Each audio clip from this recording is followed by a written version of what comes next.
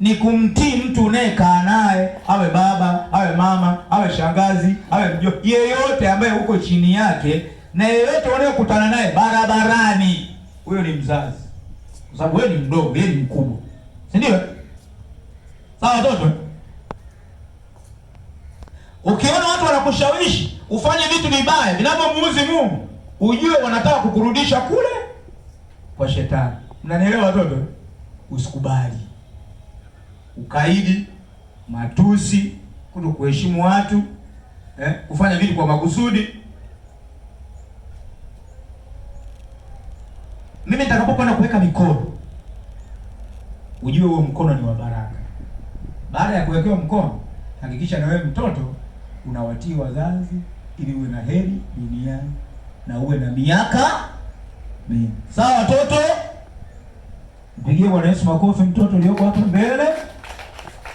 Haya, tunyooshe mikono, si ambaye tunaweza kunyosha mikono hapa mbele. Nyosha mikono yako mwanangu. Sema Bwana Yesu. Bwana Yesu, nimekuja mbele zako.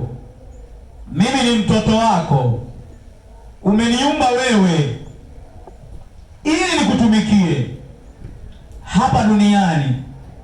Ninamkataa shetani na maagano yake walioweka wazazi, walioweka ndugu na jamaa. Kwa jina la Yesu najitoa huko, mimi ni wako.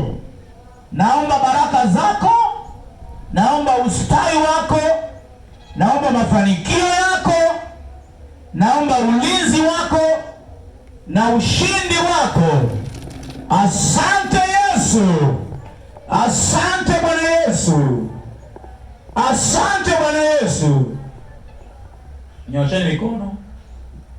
Ni watoto msikumbe macho. Naomba tuimbe nyimbo wote, na sisi tulioko huko tunyanyuke. Simama. Hawa ni watoto wetu.